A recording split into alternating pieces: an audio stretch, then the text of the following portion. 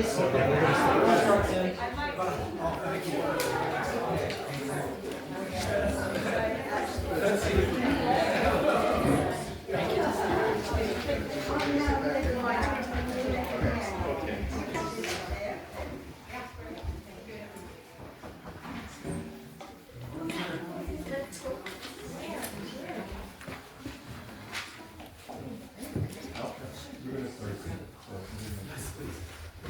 guess I'll start really quick and then I'll pass it over to Guido.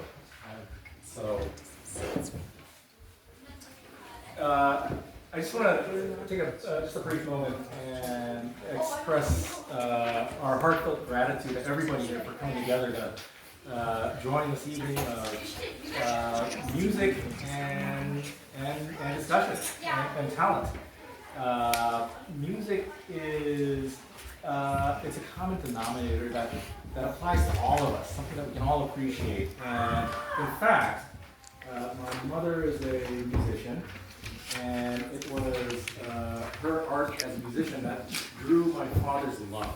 And if it wasn't for music, I certainly wouldn't be here. And so tonight, we hope to have all of you experience this wonderful talent that everybody shares. Before we get started here, if you need a drink, there are some drinks in the kitchen. If you like some wine or something else, it's in the kitchen. We'll have time after this as well for that. So, but I just want to say thank you for coming out to spend this time together. So with that, I'm going to pass it over to Guido, who is our master of ceremony.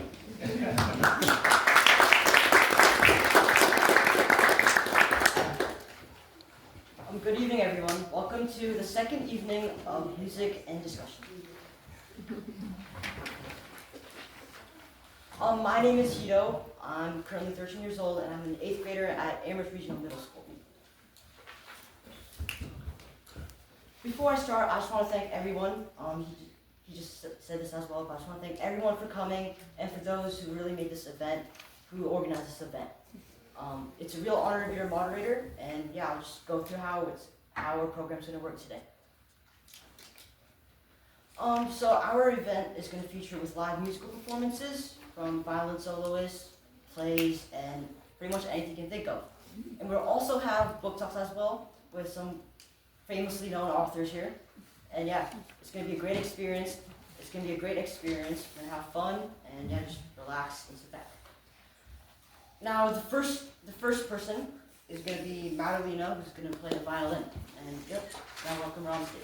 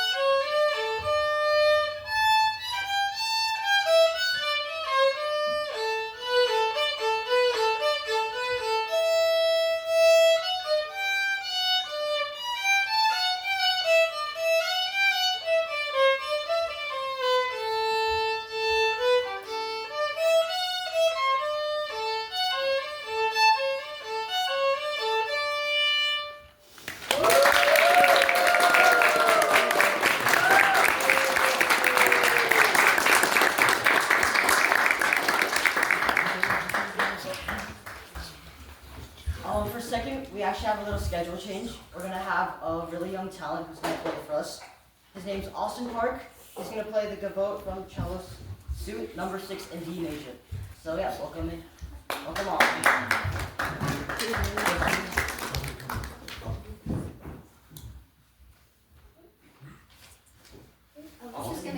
some- music oh. music stand Oh, yeah.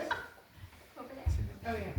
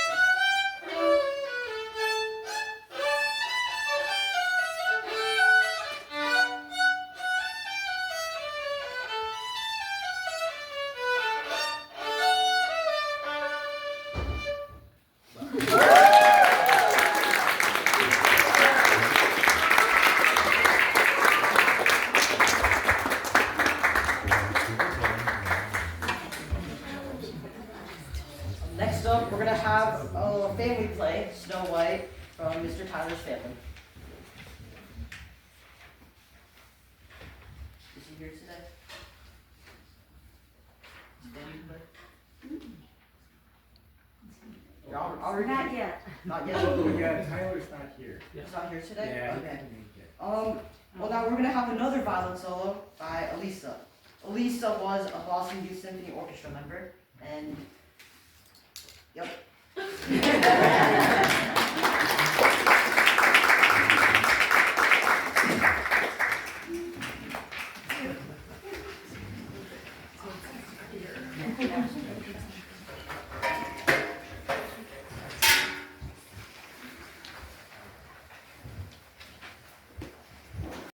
Pablo de Sarasate.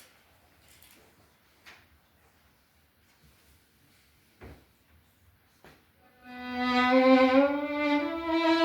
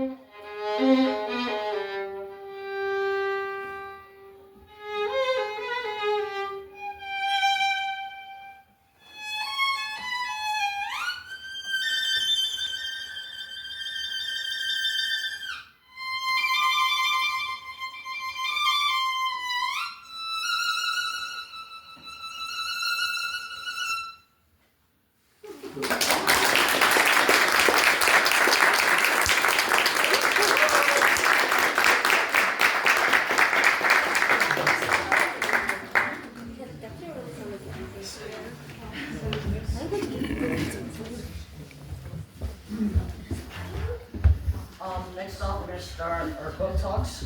I'll talk about the theme and plots. Layla and Elisa, we just played right now, and I will all talk about a book that we once read, and we're just going to explain about the theme and plot. So, yeah.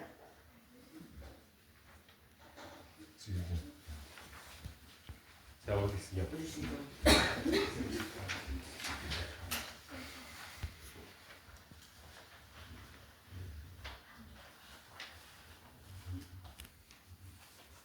think where did she go? She just disappeared.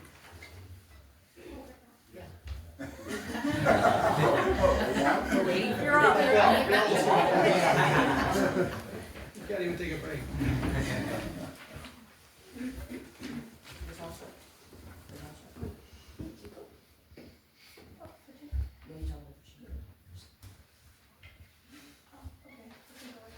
Oh,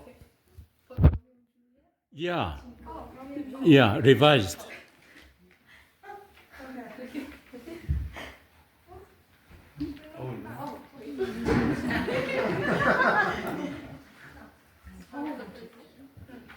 Okay.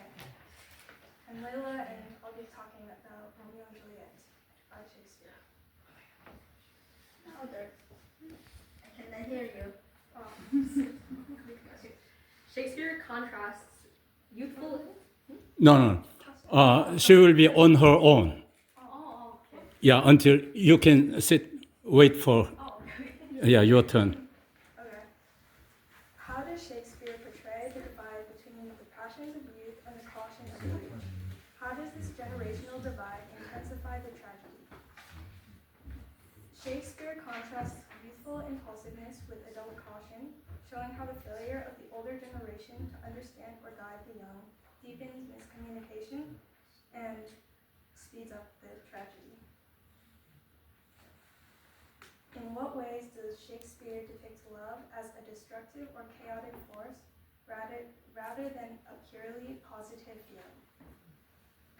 How does the play blur the line between love and violence?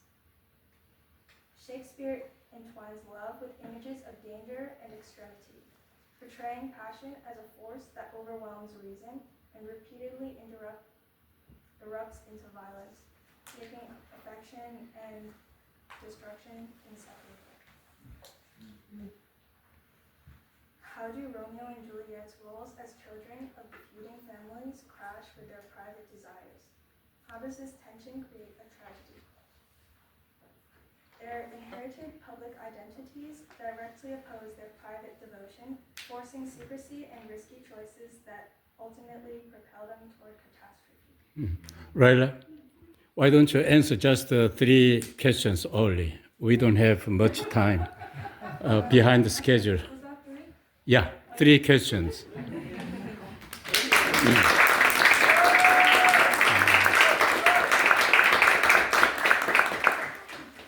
So a book I read is called, in Korean it's called 축구를 하면서 생각한 것들. In American it translates just basically thoughts when I played soccer. It's basically a book written by one of my favorite athletes of all time. His name's Heung-min Son. If you're South Korean, you probably know who Heung-min Son is. Great soccer player. So this book basically portrays his journey from his youth to where he is now, portraying the entire journey from downfalls to his best performances, and through that book, I was just really inspired by him, and I usually use this book just whenever I'm having a struggling situation, just using his experience and really just connecting with mine, and yeah, I've been really inspired by his writing.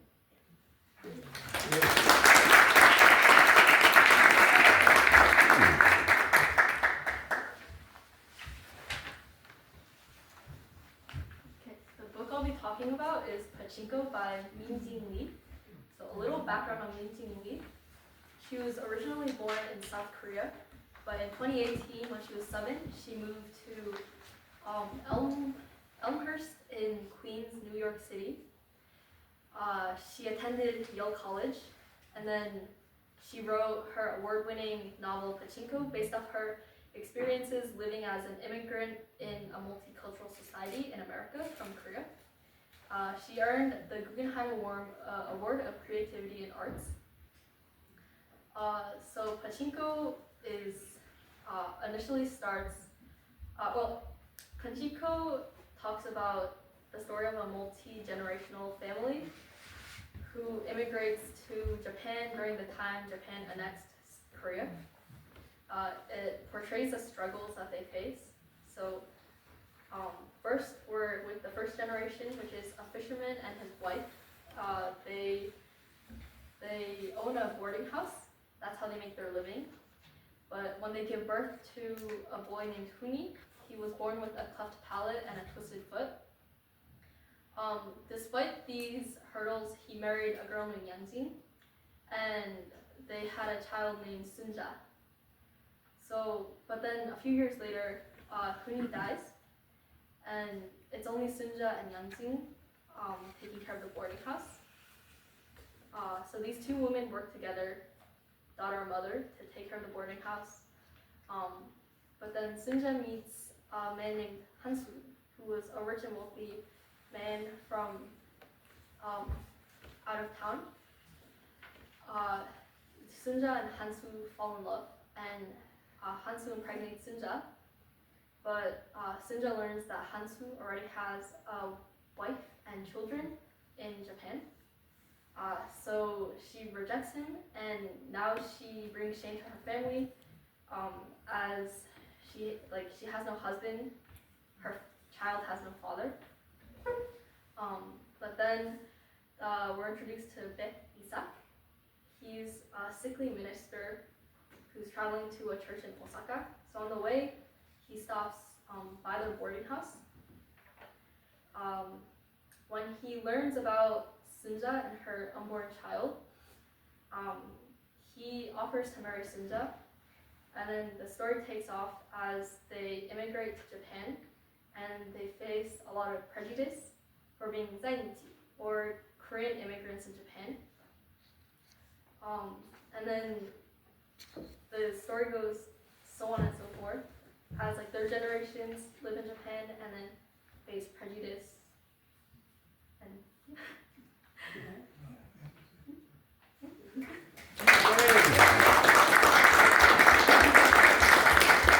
Ask her some questions, and she's gonna answer my questions, and then after that, she's gonna ask me some questions, and I'll answer her back. Yes, and may I begin by saying that the book is written not only by me, but by my husband, Steve Kramer, who did the research behind the book with me. So my first question is, why did you do this research? Wow. So my earlier research that I had done with over many years with a number of different doctoral students and undergraduates showed that the work environment that people are operating in can have a strong influence on their motivation for the work and their creativity. So the social environment or the culture influences creativity in large part because it influences motivation. I didn't know, though, specifically how these positive and negative work environments come to be.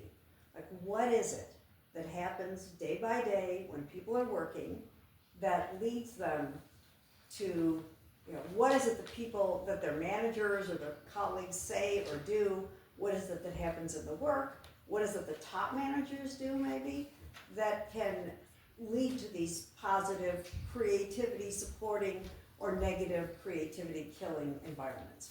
So that was the impetus behind this research. I wanted to kind of get inside people's heads every day as they were working, and I figured the best way to do that was to ask people who were working on creative projects inside companies, and that is projects that required creativity in order to be successful.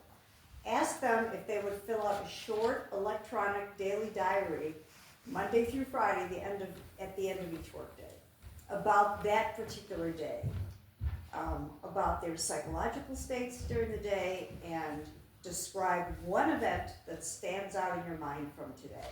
And I figured if we could do this with enough people from enough creative project teams in enough companies, we'd be able to get some sense of what they were experiencing, what events were happening day by day that were influencing their motivation, which we measured every day, and their ability to be creative. We had objective measures of creativity, okay? So that was the basic idea of the research, and I wrote Steve into the project when we were partway through data collection, I guess.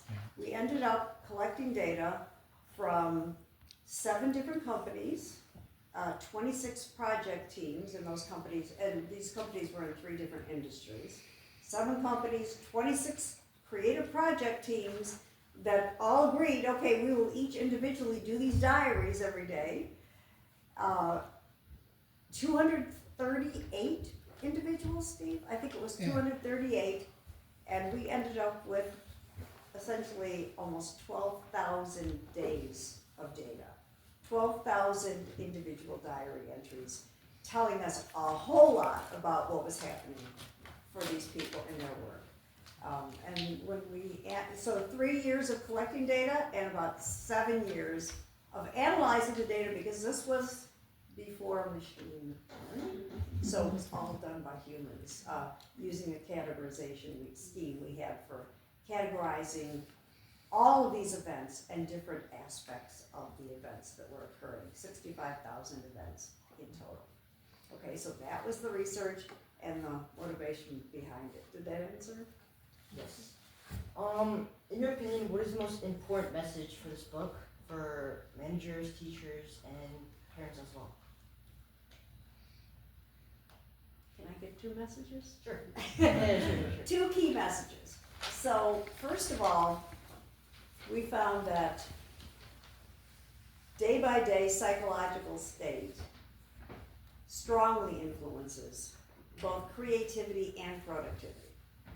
And not only that, but also influences people's commitment to the work and their collegiality, how good they are as colleagues to other people, which of course influences other people's ability to be creative and productive. So psychological state, day by day, is hugely important for the work. What I mean by psychological state specifically is people's day-by-day emotions, positive or negative, their day-by-day perceptions of what's going on and what it means, and their motivation. In particular, intrinsic motivation, and that is the motivation to do the work, because the work itself is interesting, captivating, satisfying, personally challenging. Those are different aspects of intrinsic motivation. And that's what we call inner work life: emotions, perceptions, and motivation. So that was the first learning. Inner work life can strongly impact performance. So we said, okay, if inner work life is so important, what influences inner work life? And that's where these events came in, all these 65,000 coded events. When we analyzed what kind of events were happening on people's very best inner work life days, we got a big surprise. We found that of all of the positive events that were happening, and there were many, of course, the single most prominent was simply making progress in meaningful work. That's what we call the progress principle. Just making progress, even if the progress was kind of small, what we call a small win.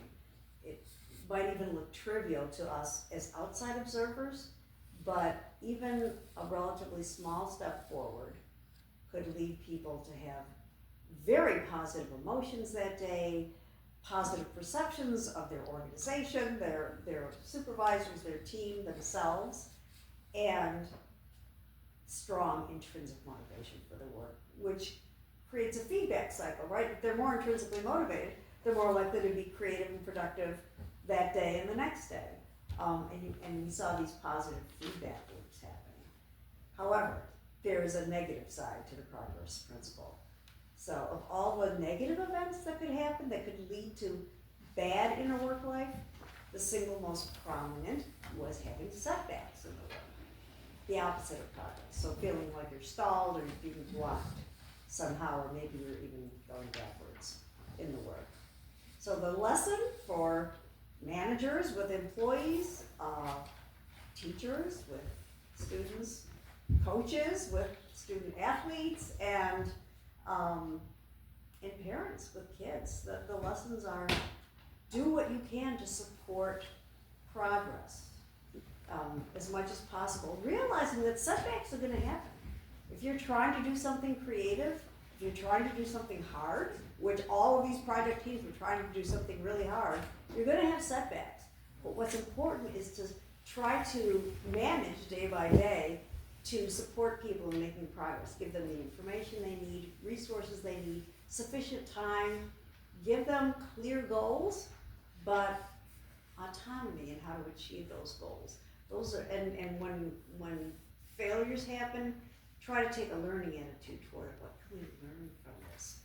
Rather than hiding the mistakes and the failures. What can we learn from this, and how can we move forward into the future? Now, can I ask you a couple questions? Okay. So, what surprised you most? We have a number of discoveries in the book. Yeah. What surprised you? Well, first of all, the amount of resources involved. That's the first thing that surprised me when I was reading it. But the big idea that really surprised me was the real power of small wins. Because for us, if we're doing work, we feel the most motivated when we have the best achievement. I don't know, so we do something good, or especially if you're an athlete, I don't know, winning like a national showcase. That can be a really big motivator for all of us. But when I read the Progress Principle, the big key idea I learned was that small wins is what actually drives the motivation. Those big events that happen to us is actually just a temporary motivator that just gets us started. But those small wins that we take every single day, and that perception of what we do and how we feel every day, and the type of motivation that we're driven by, that's what actually drives the motivation. And that's what actually drives us to be more productive, and as you mentioned earlier, having more creative and really being intrinsically motivated by what you want to do. And for me, I also felt that because when I played in a regional showcase and participated in national showcases as well, I was really motivated after that one big event. But then we didn't win that, so I was really, honestly, I had another setback, and it was really disappointing. And I figured that, and after that, I figured that taking small steps, and I gradually got into that motivated, should I say flow, type of flow, and I was just constantly flowing, and that small step every day just gave me that sense of achievement. And honestly, that just made me so much more productive and more focused into my goal. Wow. So are you saying that finding out about small wins and the power of small wins actually helped you Yeah. in your approach to soccer and Yes. staying motivated? Yeah. Oh my gosh. Yeah. That's pretty cool, huh, Steve? That's great. And we found, just a small factoid, we found that 28% of seemingly small events had a major impact on inner work life the day they happened. So yeah, that your experience kind of shows that. So my second question for you is, do you think the progress principle applies to students in school? Well, this is a tough question, but if you think about it, there's actually a lot of ways the progress principle can actually apply to both students and teachers. If you think about it, the students are honestly the workers, and maybe the teachers can be the managers, because if you think about it, the managers tell kind of what the workers want to do, just like how a teacher teaches the students. But a key takeaway from the progress principle to the students is that students also shouldn't rely on these big events I just talked about. Because, for example, earning an A+ on a science test. Well, that's good, but as a student, you want to take, as I mentioned, small wins. Maybe getting a 100 on one assignment, or maybe focusing on each question. The small wins can actually, for students, is actually what keeps them motivated to get higher grades and just be more productive in their work. And honestly, that's one of the ways that progress principle applies to students. And for teachers as well, teachers almost a responsibility for students is to really support that progress. You don't want to, as a teacher, you don't want to be always negative to your students because, as you mentioned earlier about setbacks, those are one of the most biggest performance drainers. And as a teacher, instead of saying, you're terrible on the test, you want to be more like, well, maybe you can make more improvements and really talk about what you can improve, what you did good, and those little key aspects that the teacher gives to students can really motivate the students. You're not criticizing them or giving them setbacks, you're giving them ways to improve and do better. And as students, you can take those small wins, small advices, and eventually end up being really successful. And ultimately leading to that 1 A+ unit test or final exam, yeah. Yeah. And I think those are ways that Progress Principle can really apply to students and Yeah. teachers. I think that's really true. I mean, we didn't do the study in school settings, but I really believe that it applies, having taught myself for almost 50 years. And I know there are a lot of other teachers and retired teachers in the room. Where's Tim? We're hiding. Back behind the piano. retired? Deborah, right, there are a bunch of us in here. Dr. Shin, right, teaching, yes, yes. So I just have one more question for you. So I know you're so into soccer. Yeah. Right? Yeah. How can you apply the message of this book to soccer? You talked about that a little bit already, but Yeah. in general, like if you wanted to help motivate your teammates, let's say, or if you were a coach someday. Especially as being a leader on the team. I mean, I'm not a captain on my team, but being a captain really requires a lot of aspects from the Progress Principle, because you're not only motivating yourself, but you're actually motivating others as well. And being able to maintain that ability to just encourage others to do better is a really big takeaway by acquiring the Progress Principle.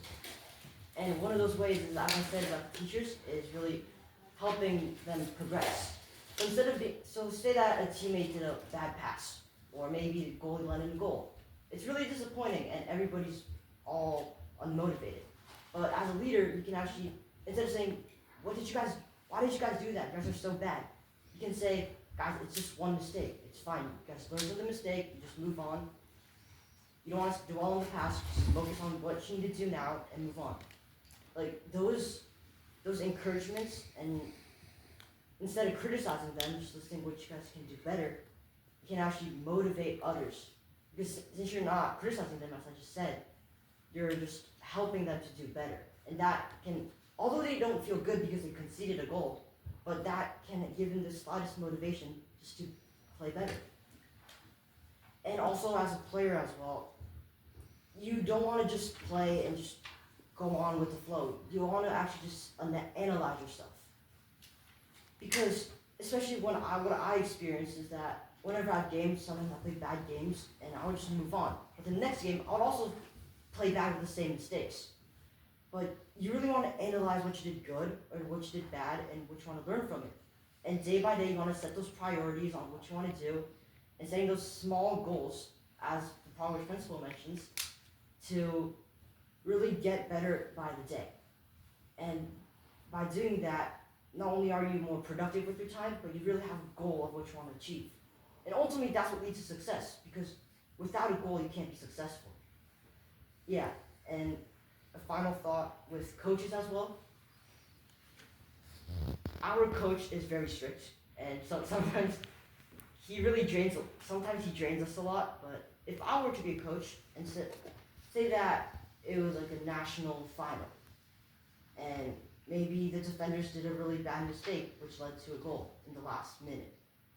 It's really disappointing as a coach and for the players, but our coach would normally just start yelling at people, like, you guys are so bad, what's wrong with you guys? How did you guys let that in? But as a coach, you really just want to, even in the darkest times, you want to encourage the players. You don't want them to feel bad for the rest of their lives. You want them to really experience from this moment and learn from it. So instead of saying that was a horrible pass, you can say, maybe you can improve on that, or maybe you could have done that better, or you've already improved, you could have just done that. And really just kind of encouraging and not really necessarily pushing them too hard, but encouraging them just to do better. And yeah, that's how I think we apply to soccer. Wow, you do. Well, I think whatever you do in life, whether you're a captain of a big famous international soccer team, or you become a teacher or a business manager or whatever, I think you're gonna do great. Thank you.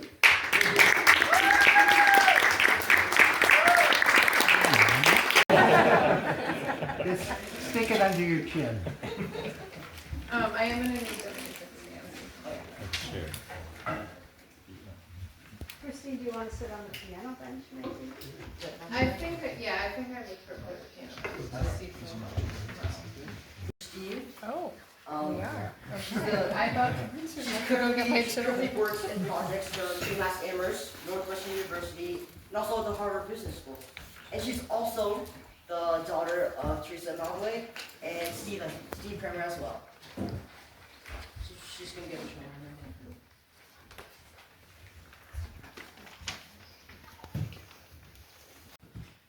I'll be playing Sicilienne by Fauré, which is a piece I think I first worked up for a junior districts audition or something when I was growing up.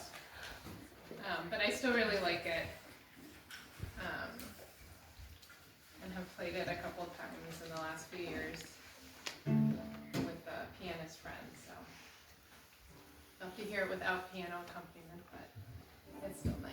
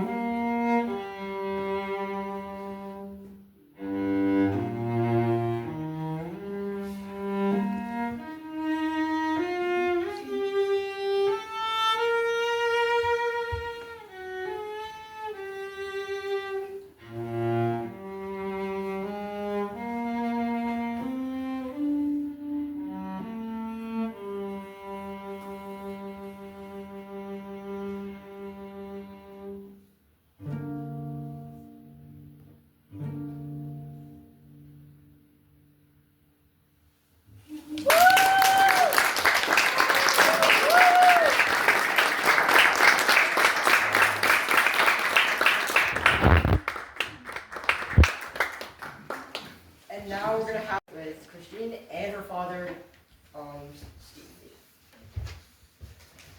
You want it down here? Yeah, it's better. I can hold that.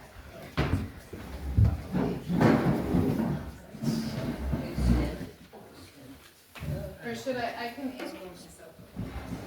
Excuse me. I'm gonna hit you with that. Don't hit me with your bow. That's rude.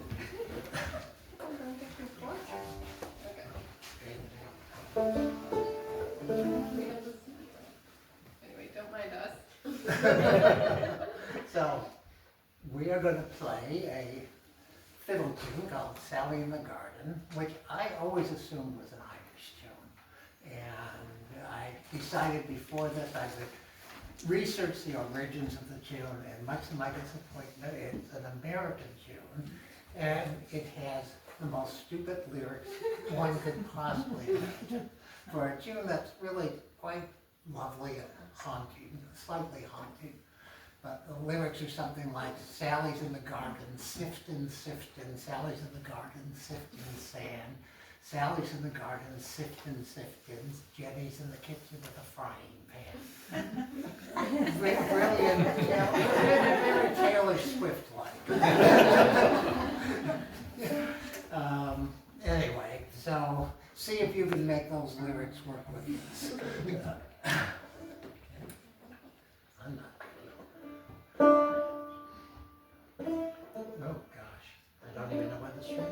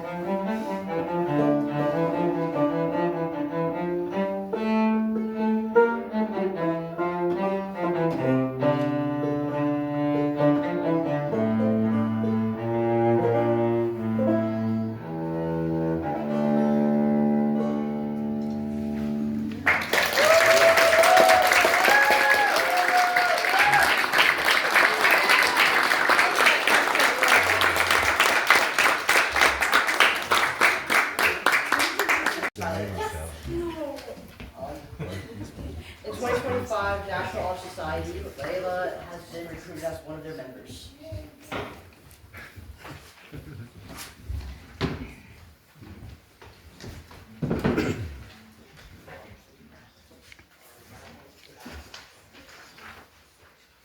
will be playing William Deluxe on Dante and Tavia.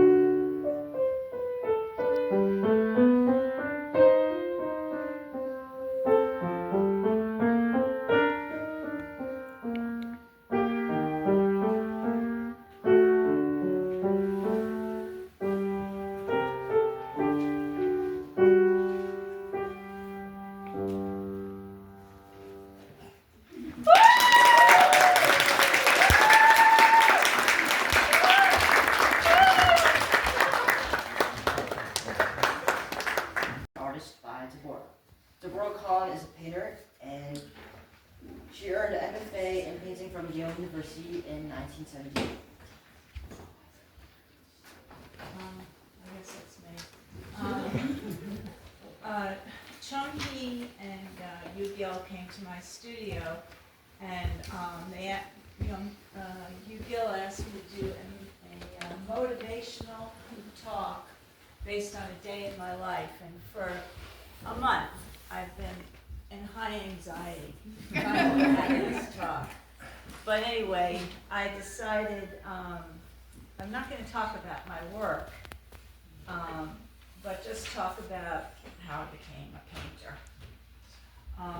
When I was in school, as a young person, I was a very average student. All of you are very high achievers. I was very average. I was basically surviving. And I had one passion, and my passion was reading. In 8th grade, I read Carlson McCullers' Hard as a Lonely Hunter, and that was it. That's all I wanted to do was read. And my parents had a lot of books in the house, so there were a lot of great books I could read. 10th grade, I was reading Dostoevsky, but anyway, that's all I wanted to do. But I did apply to Boston University's Fine Arts Department, and I got in, and I spent 2 miserable years at Boston University. I just could not learn what they were teaching me, and most people, I think, would have given up, and I was ready to give up. It wasn't that my passion was painting and drawing, I just liked it. So how old am I? 18? And so at the end of the sophomore year, I decided, I didn't know what I was going to do, but I met a bunch of painters in a summer program, and they were great, and they were the best painters, and they were excited about making work. So I went to visit them in September. They all were from the Kansas City Art Institute. And I grew up with a lot of freedom. And I grew up partially with a lot of freedom because my parents, they probably were very insecure as parents, but they also listened to some psychologist who basically, I can't remember who it was, basically said hands off, which I think they regretted. But in any case, they also, my parents were worried about my brother all the time because he was the person in trouble and I was fine. So I was able to hide, read my books, and get through school as an average student. So they never worried about me. So off I went to Kansas City, and just really quickly, I mean, maybe this has something to do with the progress principle. All the students were so excited that I was there visiting, and they would say, great, come and join us, paint and draw. And I met two teachers there who really did change my life, because these two teachers were not just encouraging, but they taught me how to see differently, which my Boston University program was not about that. They taught me to look at relationships, how to measure things in space, how to compare one color to another. And for me, my world opened up. So I pretty much became a painter so I could live a life of learning.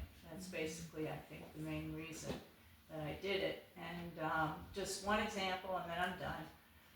One of my teachers, I was painting on a bridge, and I was painting the waves with my white, which was titanium white, which is a very white. And he said, look at the water and look at the sky. He said, now look at the clouds and look at the waves.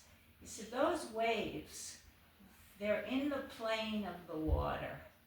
They're holding the plane. He said, they're not titanium white. And that little thing changed my life. And in a way, it's like science in a way, because you get to see the world differently. That's it.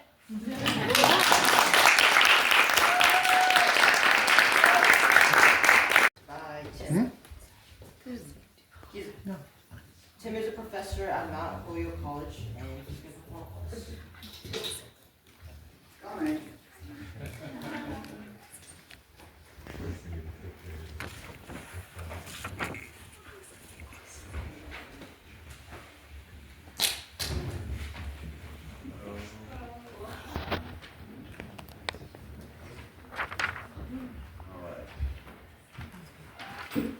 Brought the whole set of instruments from underneath my bed.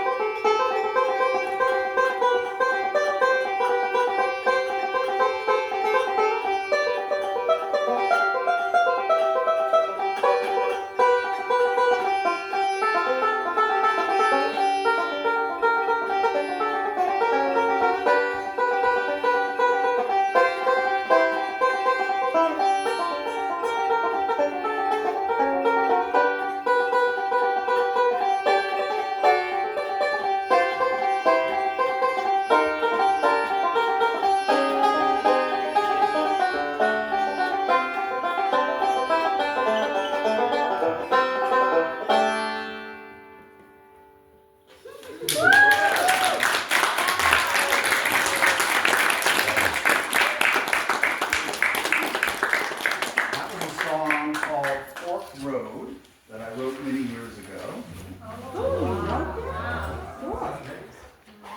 I figured that would be the least likely that I wouldn't make too many mistakes. And then I thought I'd sing a song that I really like to do. If my daughter were here, I'd have her sing it. So unfortunately, I'm going to sing it for you. But it's an old song. It's called 5'2".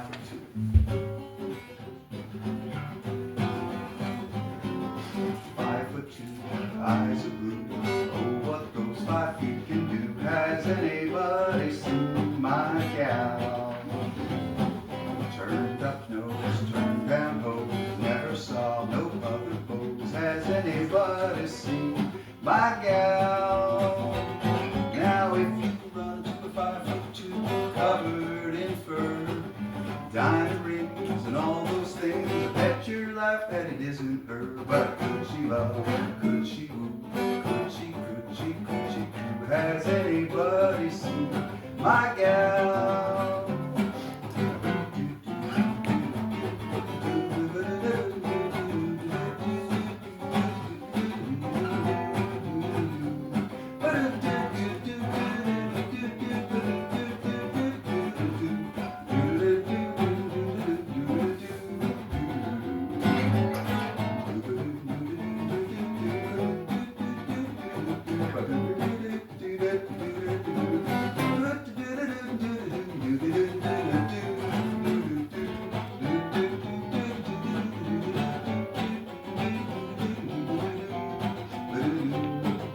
Tender eyes, never lies, draws the looks from all the guys. Has anybody seen my gal?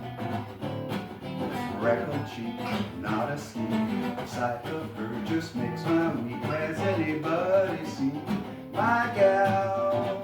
Now if you run to a 5'2", covered in furs, diamond rings and all those things, I bet your life that it isn't her. But could she love, could she woo, could she, could she, could she do? Has anybody seen, has anybody seen, has anybody seen my gal?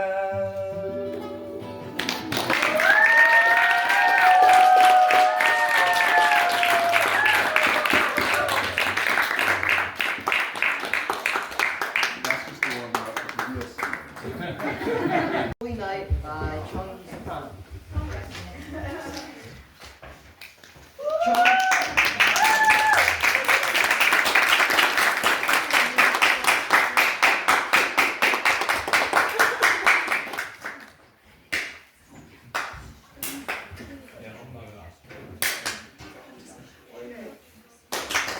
You want to sing over here? I can hear it. Yeah. I can see it. Good. Everyone can hear it. Sorry. This is Chung Park's Christmas song. Yes. I'm going to sing "Oh Holy Night."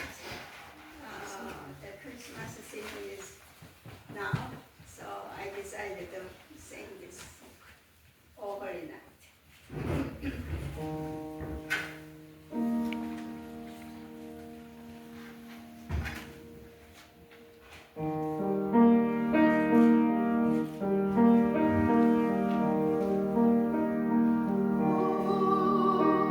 Holy night, the stars are sweetly gleaming.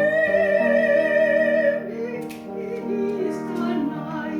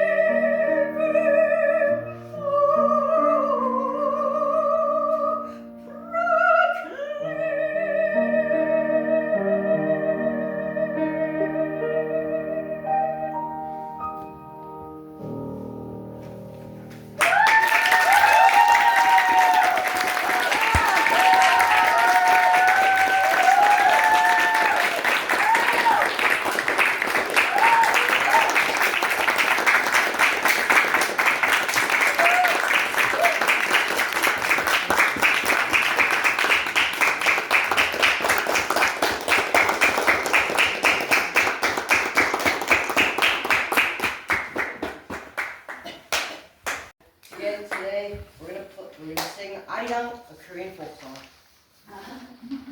So what does Arirang mean? Arirang means my lover will not last 10 miles before it breaks down. My lover who abandons me. We're all gonna sing together. We're gonna listen to the music, and yeah, sing together.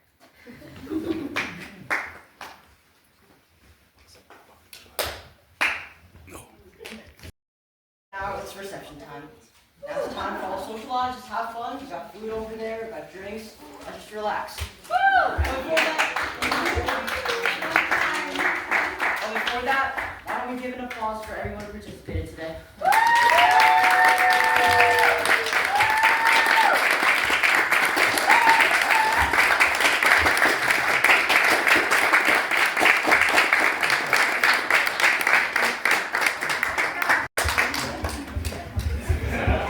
Get your thoughts thinking on